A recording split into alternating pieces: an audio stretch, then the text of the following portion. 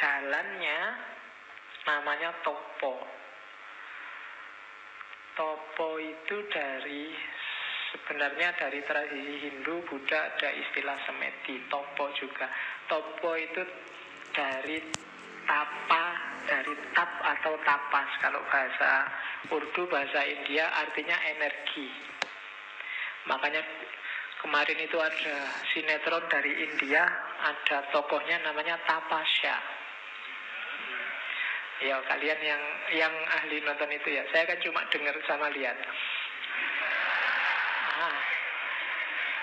Nah, kalau tapasya itu artinya energi penting, energi vital.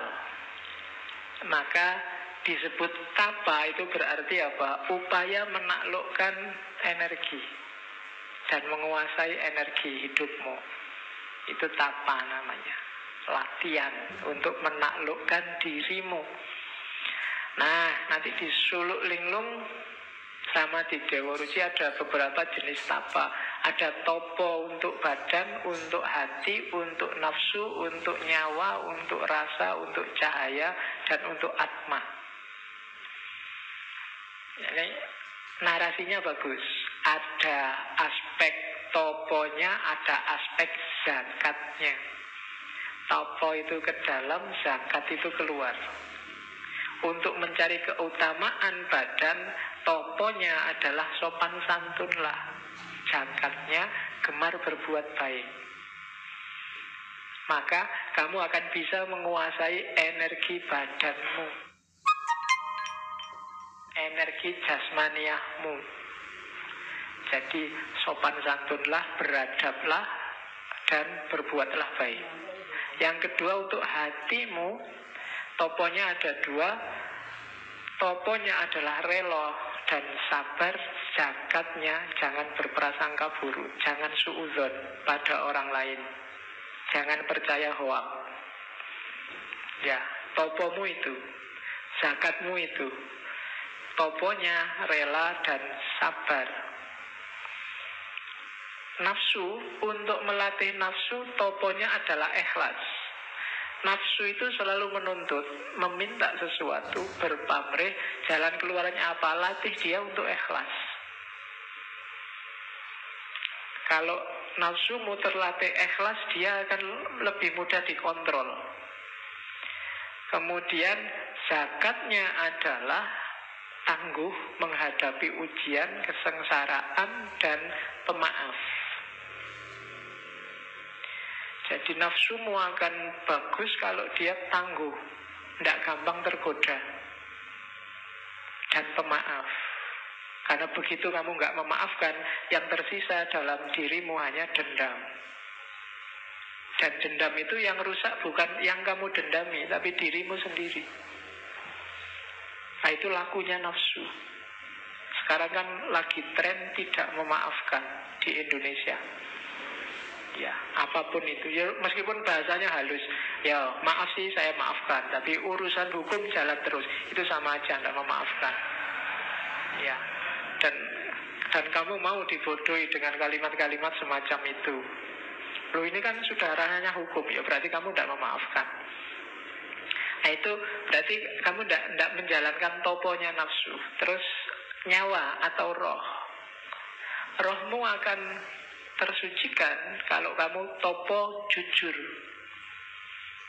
Dan zakatnya, perilaku keluarnya tidak mengganggu orang lain, tidak mencela orang lain. Hari ini mungkin roh kita agak surem, agak tidak jernih, karena banyak di antara kita yang mencela orang yang tidak sepaham dengan kita. Dibikin-bikinkan cerita palsu, bahkan dibikinkan mitos-mitos palsu, narasi-narasi palsu yang hari ini kita kenal dengan hoak itu. Itu menunjukkan bahwa jiwa kita, roh kita sebenarnya sedang keruh warnanya. Terus rasa, intuisi. Kalau ingin intuisi kita tajam, toponya adalah lakukan keutamaan, kebajikan. Hidup ini banyak pilihan dan kita pasti sudah ngerti ini baik, ini buruk, ini bijaksana, ini ngawur. Pilih yang utama terus. Maka intuisi kita akan tajam. Dan zakatnya adalah dia menyesali kesalahan dan bertobat. Masih merasa bahwa kita punya banyak salah terus bertobat. Jadi kalau nyawa kita keruh karena kita tidak mencela, maka intuisi kita keruh kalau kita merasa selalu benar. Ketika intuisi kita keruh, ya kita tidak akan jernih melihat mana yang benar, mana yang salah. Lama-lama yang salah kita anggap benar. Terus cahaya. Nah ini semakin masuk, ini kan nyawa, dalam nyawa ada cahaya, dalam cahaya nanti intinya ada dimensi ketuhanan namanya Atma.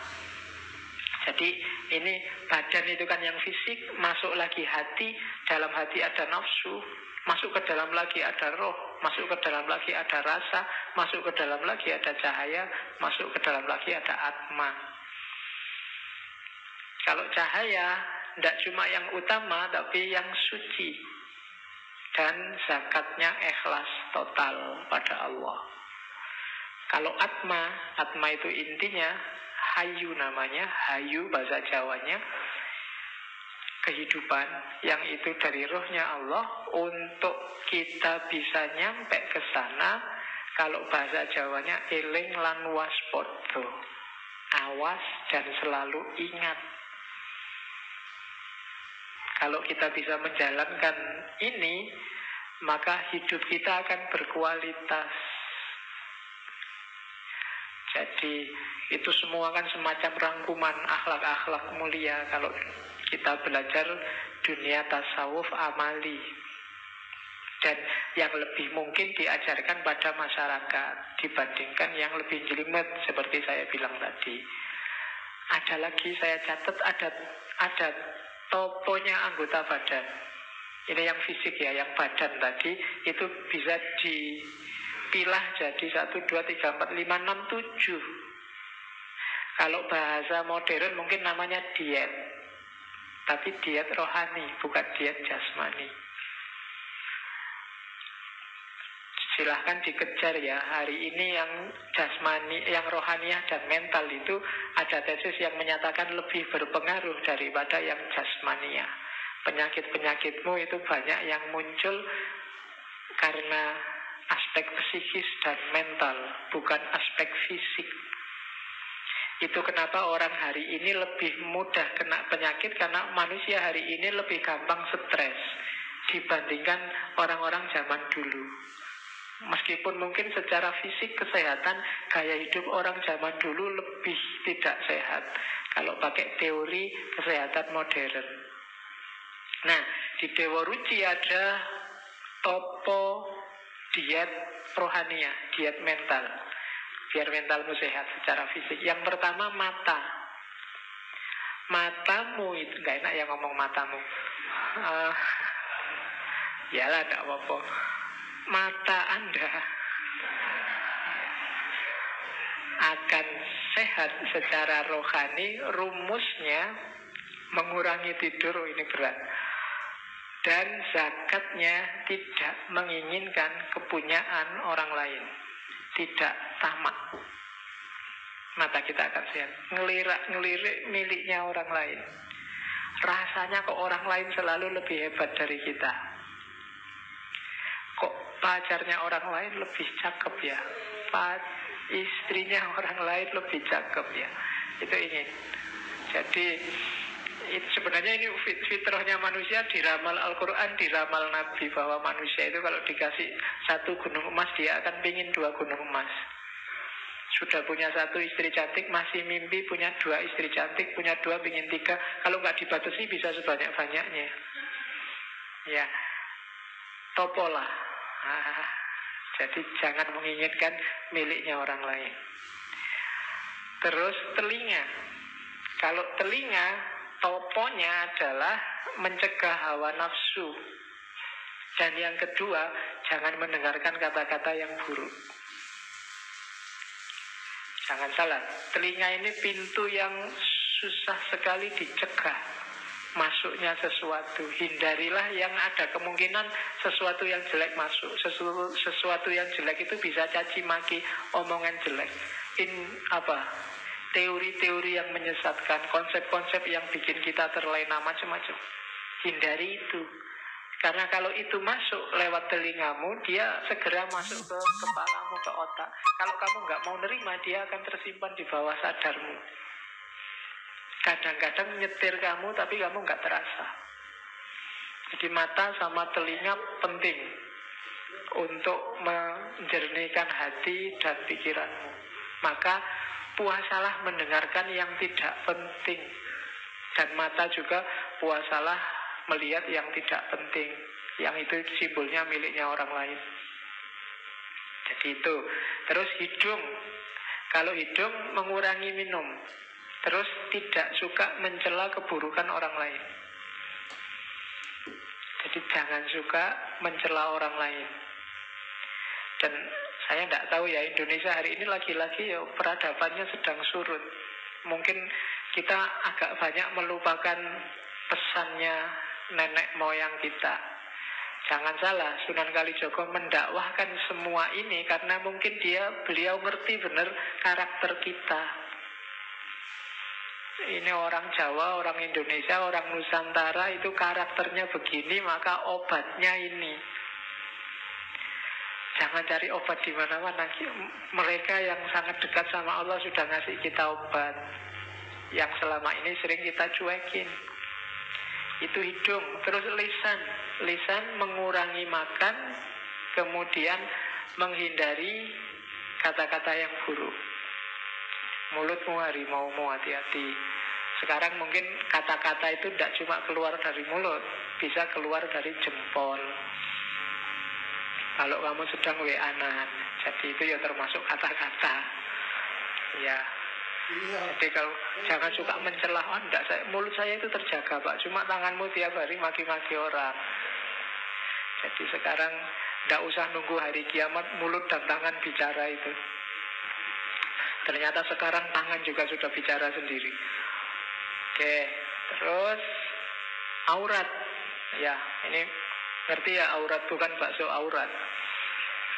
Ya, kalau bakso aurat kan itu. Auratmu itu toponya adalah menahan syahwat, zakatnya menghindari zina. Ini nggak usah tak jelaskan, di kepalamu gambarnya sudah banyak. Terus referensimu kan banyak. Ya, terus tangan itu toponya adalah tidak mencuri, tidak mengambil yang bukan haknya. Dan yang ketiga, zakatnya tidak suka menyakiti orang lain lewat perbuatan kita. Kaki, ya, tugasnya apa?